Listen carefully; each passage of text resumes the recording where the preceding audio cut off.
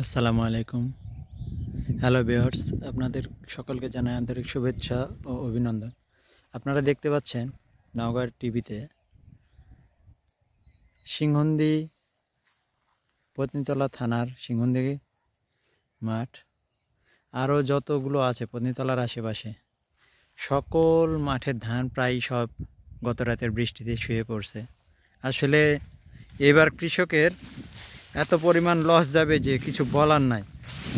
এমনিতে কারেন্ট পোকা, মাজরা পোকা পচার জন্য অনেক টাকা খরচ হয়ে গেছে। এরপরে আবার এই যে দেখতে পাচ্ছেন ধানগুলো সব পানিতে তলিয়ে গেছে। পুরো মাঠের ধান দেখতে পাচ্ছেন, এই যে পুরো একদম কোথাও বাকি নাই। এবার তো দীর্ঘ 6 মাস কষ্ট করে ফসলটার জন্য অপেক্ষা করতেছিল। হয়তো আর 10 দিন 15 দিন পর থেকে কৃষকের ঘরে কিছুটা হলেও আনন্দ হতো, কিন্তু গত রাতের বৃষ্টিতে এত পরিমাণ ক্ষতি হয়েছে কি বলবো। কৃষকের এটা কেউ দেখার নাই, বোঝার নাই। ধানের দাম যদি এবারও কম হয় তাহলে কৃষক নিঃস্ব হয়ে যাবে। আবাদ করাটাই শুধু হয়েছে, কোনো 1 টাকা লাভ হবে না তাদের। এই যে দেখেন এই ধানগুলো দেখেন, পুরো একদম মাঠকে মাঠ। এই দেখেন, এই যে একটা ধান খাড়া নাই। যত দূর চোখ যাবে আপনার কিছু কিছু কয়েকটা ধান খাড়া আছে, বাদ বাকি বেশিরভাগই ধান শেষ।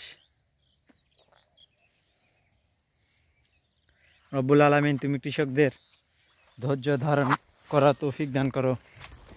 কৃষকের আসলে কেউ দেখার নাই, বোঝার নাই। সবাই চায় যে শুধু ধানের দামটা কম হোক, কিন্তু যারা ফলাইতেছে তাদের শেষ।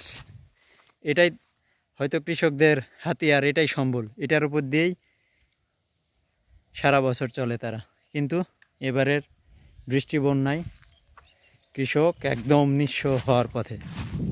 এখন ধান যে কীভাবে কাটবে সেটাও বলতে পারতেছে না। ভালো থাকবেন, সুস্থ থাকবেন, আর অবশ্যই নওগাঁ টিভির পাশে থাকবেন এবং কৃষকদের জন্য দোয়া করবেন। আল্লাহ যেন তাদের ফসল রক্ষা করে এবং এর মধ্যে বরকত দান করে, যেন কিছুটা হলেও যেভাবে হোক আল্লাহ যেন কৃষকের কষ্টটা লাঘব করে।